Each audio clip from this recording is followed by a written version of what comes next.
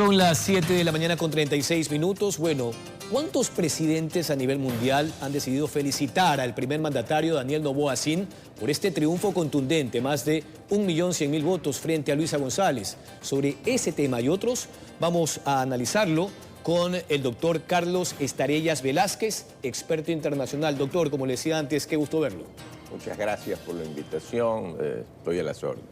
Igualmente, estas felicitaciones desde Donald Trump hasta el presidente de Paraguay, Santiago Peña, presidentes de izquierda en el continente, Lula da Silva en Brasil, lo propio Gabriel Boric en Chile. Hay unos bemoles por ahí, ¿no? En la frontera norte y también en Centroamérica, particularmente Norteamérica. ¿Cuál es su primera lectura? Mire, es una característica protocolaria de que cuando gana un presidente en otro país, los demás presidentes le presentan un saludo y reconocen su triunfo. Es algo que está dentro del protocolo.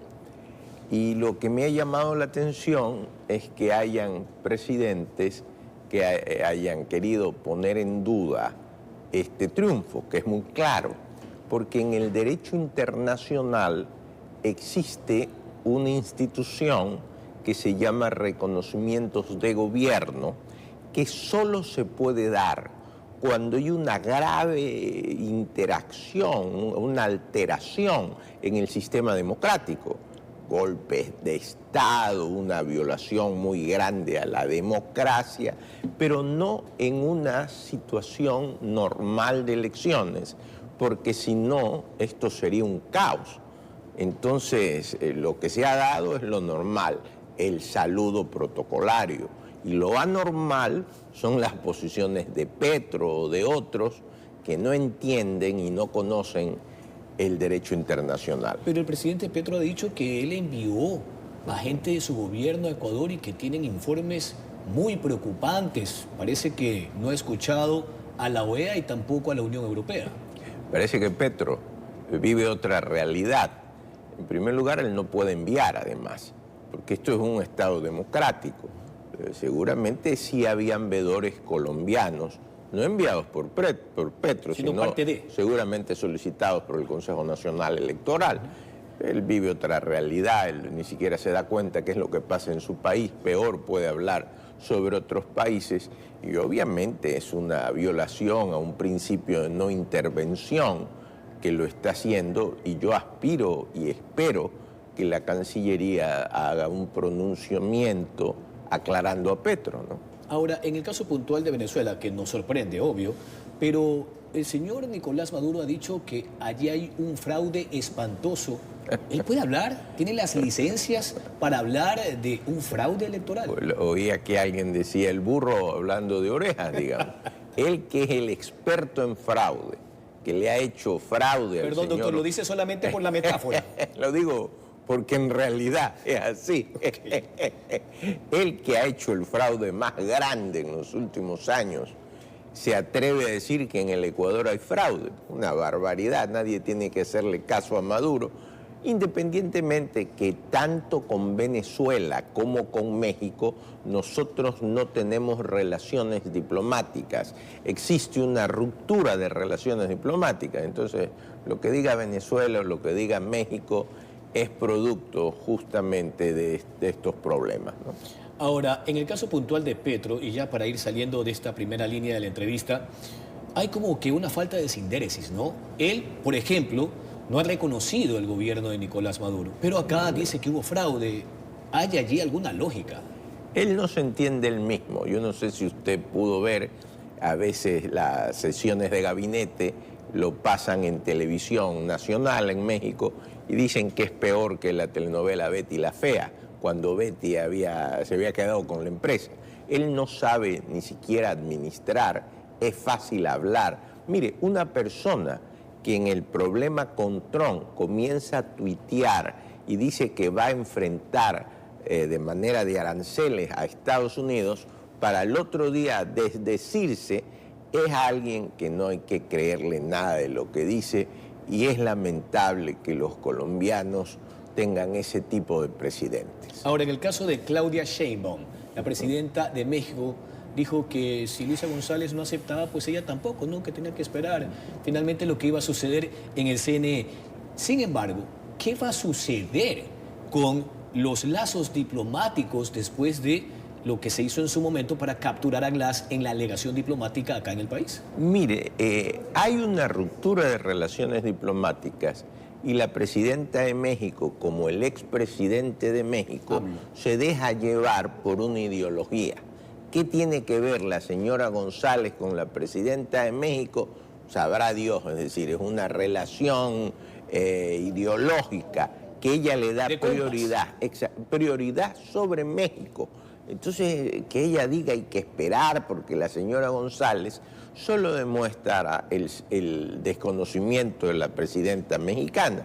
Ahora, esta ruptura permanece y lo ideal sería que los pueblos, digamos, vuelva a haber una relación que siempre ha sido buena entre Ecuador y México, pero mientras esté esa presidenta y sigue esa ideología y quieran poner la ideología del socialismo del siglo XXI sobre la importancia de los estados, vamos a continuar en esa ruptura. Claro, ahí es cuando uno se pregunta para dónde va a dar la institucionalidad en esos discursos ideológicos, no políticos, ideológicos. Y más que nada que ella le debe responder a los mexicanos, no a Luisa González ni a la izquierda. Es un absurdo lo de ella. Ahora, el apoyo de Estados Unidos en su lucha anticriminal, hablo la lucha anticriminal del Ecuador, del presidente Daniel Noboa, así el bloque de seguridad y demás. Anoche, en entrevista con CNN, el jefe de Estado decía, bueno, esperamos que ya exista un apoyo tangible de Estados Unidos. Lo que pasó en la campaña fue la visita de Eric Prince, de Blackwater, y hasta ahí, ¿no? ¿Qué cree usted que se debe hacer para avanzar? Claro, y lo de Eric Prince es una cuestión independiente, privada.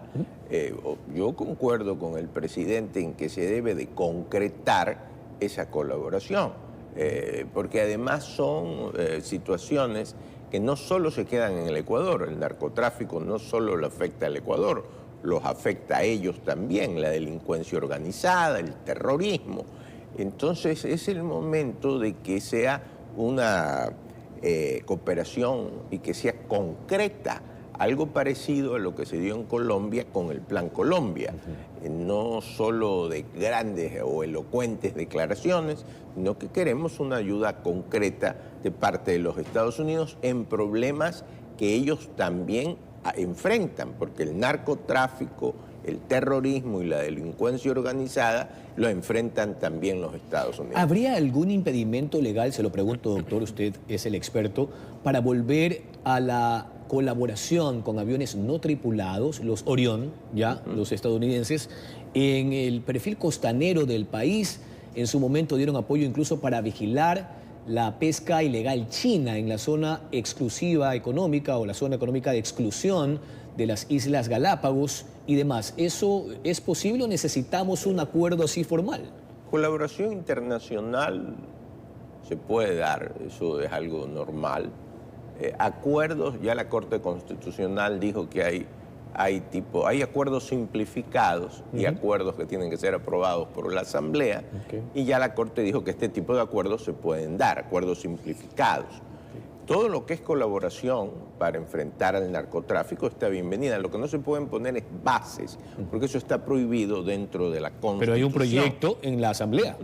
Mientras ese proyecto no siga, ¿no? Pero ahorita la Constitución señala que es prohibido, pero todo otro tipo de colaboración, pero es fundamental. Si los narcotraficantes se ayudan entre ellos y la delincuencia organizada se ayudan entre ellos, no es posible que los estados no nos ayudemos. Claro, sobre todo cuando tenemos al Tren de Aragua o también a Jalisco Nueva Generación y demás. Claro.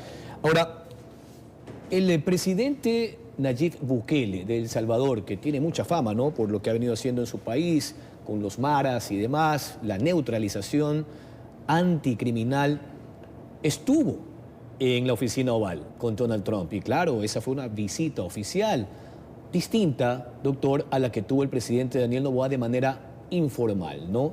¿Cree usted que es momento ya de definir esa visita, de verlo al presidente Daniel Noboa en esa misma oficina oval para poder avanzar en este cometido? Totalmente de acuerdo. La otra entrevista fue parte de una diplomacia informal, como usted bien lo señala, pero ya es el momento de que haya una reunión formal, protocolaria en la oficina oval, donde el presidente del Ecuador le exponga muy claramente, formalmente al presidente de los Estados Unidos, lo que está ocurriendo y con resultados concretos.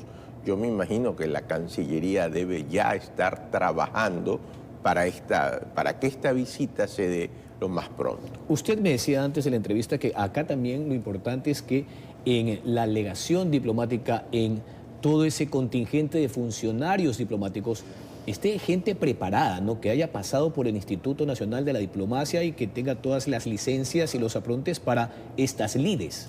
Mire, el mundo está muy complicado y la parte internacional del Ecuador debe de ser importante, una política de Estado.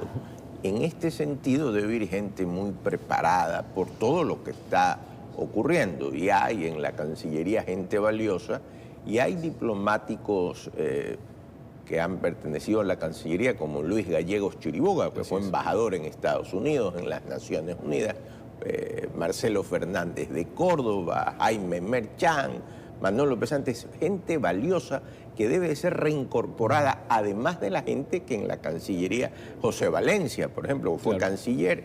Hay gente muy preparada que debe de ayudar y poner el hombro porque el mundo está muy complicado y el Ecuador, sin una política exterior clara, no va a poder enfrentar y salir adelante en momentos tan difíciles, en una guerra comercial en la cual se necesita gran conocimiento. Con eso quería concluir, precisamente ese conflicto comercial, porque, a ver, el presidente Daniel Noboa estuvo, pues, un fin de semana en Estados Unidos, se vio de manera informal con el presidente Donald Trump y 48 horas después Trump aplicó estos aranceles globales y en el caso de Ecuador ha agravado con el 10% a 3 productos estrella que ingresaban sin pagar arancel: banano, camarón y cacao.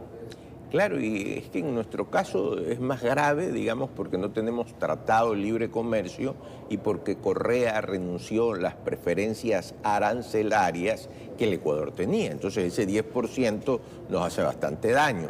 El Ecuador debe tener una política en que esté la Cancillería, el Ministerio de Comercio Exterior, y obviamente Estados Unidos es el principal socio comercial, pero abrirse a otros estados es necesario. No solo debe haber una visión, y debe haber una política en la cual se vea colaboración con la Unión Europea y con los países vecinos, digamos con China. Hay que ver más allá y hay que tener mucho cuidado en esta guerra comercial.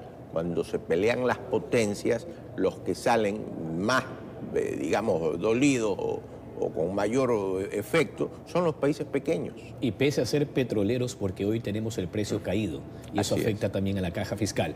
Bien, agradecemos al doctor Carlos Estarellas Velázquez, él es analista internacional, ha dado sus criterios en torno a lo que sucede frente al apoyo que han brindado algunos presidentes de todo el mundo al primer mandatario Daniel Noboa Sin, al margen de las posturas tibias de Colombia y México. Son las 7 de la mañana con 50 minutos, así concluimos la presente entrevista del día. Vamos a una pausa comercial y enseguida volvemos con más aquí en La Noticia Primera Emisión.